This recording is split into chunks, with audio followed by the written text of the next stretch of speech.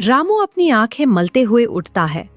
उसके चेहरे पर थकान है, पर आंखों में अपनी मेहनत को देखने की उम्मीद। वाह, आज की सुबह कितनी मंगलमयी लग रही है।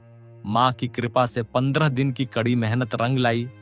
कभी सोचा नहीं था कि समय से पहले ही इतनी भव्य मूर्त तैयार हो जाएगी। आज राजा साहब खुद पधारने वाले हैं। जब वो माँ का यह ममतामयी स्वरूप देखेंगे तो निहाल हो जाएंगे। उनकी खुशी देखकर मेरी सारी थकान मिट जाएगी। आखिर मेरे पूर्वजों का आशीर्वाद और मेरी कोमल का साथ ही तो है जो यह संभव हो पाया। चलो, राजा साहब के आने से पहले एक बार फिर अपनी आंखों से माँ के दर्शन कर लूं। थोड़ी साज सज्जा और बाकी हो तो उसे भी ठीक कर दूंगा। जय माँ दुर्गे। वह लड़खड़ाते कदमों से उस जगह की तरफ बढ़ता है जहां उसने मूर्ति रखी थी, लेकिन वहां पहुंचते ही उसके पैरों तले जमीन निकल जाती है। वह देखता है कि मूर्ति टूटी पड़ी है। रामू घुटनों के बल गिर पड़ता है। अरे नहीं, मेरी मूर्ति किसने किया ये? उसका शरीर कांपने लगता है, उसका दम घुटने लगता है। आंखों के सामने अंधेरा छाता है और वह वहीं जमीन पर ढेर हो जाता है। कोमल जो पास ही रसोई में थी, दौड़ती हुई आती है। वह तुरंत रामू का सिर अपनी गोद में लेती है और उसके चेहरे पर पानी छिड़कती है। स्वामी, स्वामी, आंखें खोलिए, देखिए मेरी तरफ, होश संभालिए। रामू धीरे धीरे आंखें खोलता है, पर उसकी नजरें तुरंत उन टूटे हुए टुकड़ों पर जाती हैं। कोमल देख, मेरे हाथों की लकीरें मिट गई। इस मूर्ति में मेरी जान बसी थी। अब मैं राजा को क्या मुंह दिखाऊंगा? सब खत्म हो गया कोमल, मैं बर्बाद हो गया। स्वामी, अपने आप को संभालिए, भगवान पर भरोसा रखिए। अब क्या भरोसा कोमल? सब खत्म हो गया। राजा को क्या जवाब दूंगा? कल तक जो मेरा गर्व था, आज वह मिट्टी में मिल गया। मैं बर्बाद हो गया कोमल, मैं लुट गया।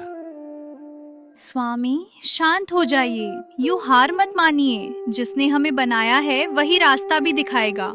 टूटी मिट्टी को तो फिर से जोड़ा जा सकता है, पर अगर आपका भरोसा टूट गया तो हम कहीं के नहीं रहेंगे। दोनों की आंखें फटी की फटी रह जाती हैं। टूटे हुए मिट्टी के ढेर की जगह वहां एक नई मूर्ति खड़ी है। ये मूर्ति मिट्टी की नहीं, बल्कि किसी दिव्य धातु की लग रही है। उसमें से एक ऐसी आभा निकल रही है जो पूरी झोपड़ी को रोशन कर देती है। चमत्कार! स्वामी देखिए, ये वही मूर्ति है, मगर ये तो सूरज की तरह चमक रही है। रामू कांपते हुए हाथों से उस मूर्ति को छूता है। जैसे ही उसकी उंगलियां मूर्ति को स्पर्श करती हैं, उसके चेहरे से सारा दर्द गायब हो जाता है। उसके शरीर में एक नई शक्ति का संचार होता है। भैरव सेठ अपने 2 चमचों के साथ अकड़ कर चलता हुआ आ रहा है। उसके चेहरे पर एक जलील मुस्कान है। चलो रे चलो, देखते हैं उस कंगाल रामू का क्या हाल है। आज उसके रोने की आवाज मेरे कानों में संगीत की तरह गूंजेगी।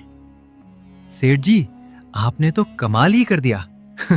अब तक तो रामू मिट्टी के टुकड़े गिन गिन कर पागल हो चुका होगा।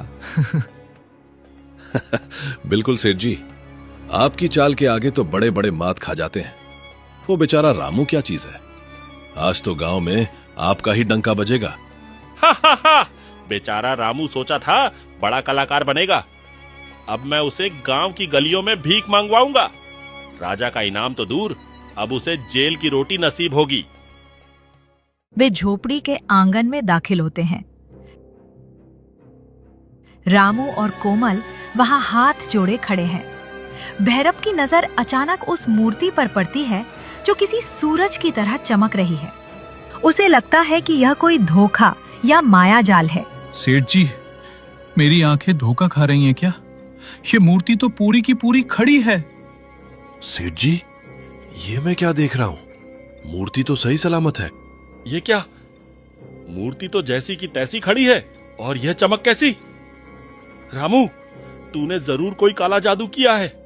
नहीं सेठ जी, ये तो पहले से भी ज्यादा चमक रही है। रुक, अभी इस कांच की पुतली को मैं अपने हाथों से चकनाचूर करता हूँ। वह तेजी से आगे बढ़ता है। भैरव जैसे ही अपना गंदा हाथ मूर्ति को छूने के लिए बढ़ाता है, रामू और कोमल डरकर पीछे हट जाते हैं। अचानक मूर्ति से एक दिव्य प्रकाश निकलता है जो इतना तेज है कि सबकी आंखें चौंधिया जाती है। मूर्ति धीरे धीरे बड़ी होने लगती है। मिट्टी और धातु का चोला उतर जाता है और साक्षात माँ दुर्गा प्रकट होती है। उनका विराट रूप, हाथों में चमचमाते शस्त्र और उनका चेहरा वही है जो उस बूढ़ी माँ का था। अरे बाप रे, ये तो साक्षात माँ दुर्गा है। सेठ जी भागिए यहाँ से, ये तो हमें कच्चा चबा जाएंगी। थम जा भैरव। भैरव और उसके चमचे थर थर कांपने लगते हैं। वे गिरते पड़ते पीछे हटते हैं, पर माँ दुर्गा की नजरें उन्हें जकड़ लेती हैं। अपने पाप के बोझ से तू पहले ही दब गया था भैरव, पर आज तूने मर्यादा की हर सीमा लांघ दी। तूने एक निष्पाप कलाकार की भक्ति का अपमान किया। तूने उसके पेट पर लात मारी और उसकी श्रद्धा को मिट्टी में मिलाने की साजिश की। ना, नहीं, यह क्या हो रहा है? माँ, दुर्गा माँ, मुझे माफ कर दीजिए, मुझसे बहुत बड़ी भूल हो गई। हे माँ, मेरी कोई गलती नहीं है। मैं तो सिर्फ सेठ जी के पीछे पीछे आया था। मुझे बचा लो माँ, मुझे माफ कर दो।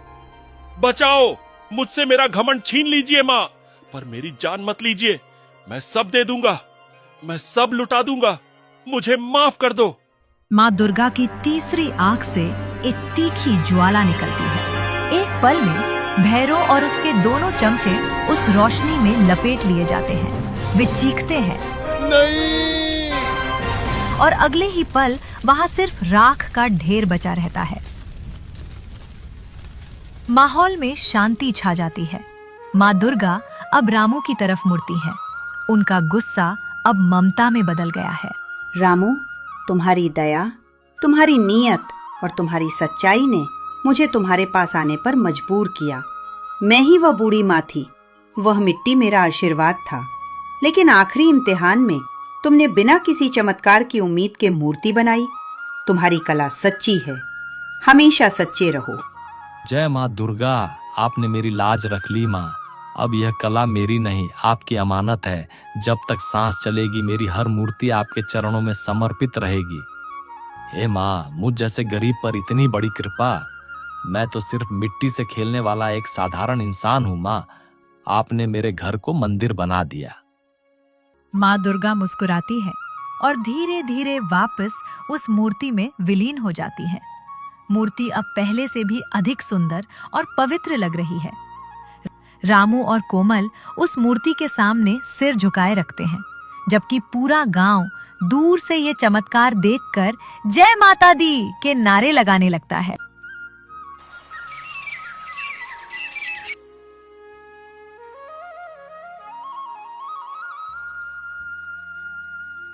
मैंने अपनी पूरी जिंदगी में हजारों मूर्तिकार देखे, पर ऐसी दिव्यता कभी नहीं देखी।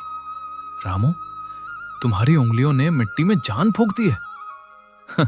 आज तुमने साबित कर दिया कि कला किसी की गुलाम नहीं होती। ये मूर्ति नहीं, स्वयं माँ का स्वरूप है। महाराज, ये सम्मान मेरा नहीं है, ये उस माँ का आशीर्वाद है जिसने मुझे सिखाया कि मिट्टी की असली कीमत उसके मोल में नहीं, मूर्तिकार की नीयत में होती है। रामू, तुम्हारी इस निस्वार्थ सेवा और अद्भुत कला के लिए हम तुम्हें इस राज्य का राज्य कुंभार घोषित करते हैं। राजा ने रामू को राज कुंभार का सम्मान दिया। जो हाथ कल तक मिट्टी के लिए तरसते थे, आज वे सोने के सिक्कों से भरे थे। पर रामू की आंखों में चमक सोने की नहीं, बल्कि उस माँ के प्रेम और आशीर्वाद की थी। ये कहानी सिर्फ रामू की नहीं, हर उस इंसान की है जो ईमानदारी के साथ जिंदगी से लड़ता है।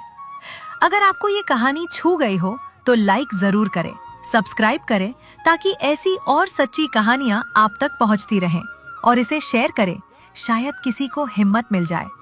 मिलते हैं अगली कहानी के साथ। तब तक सच और मेहनत पर भरोसा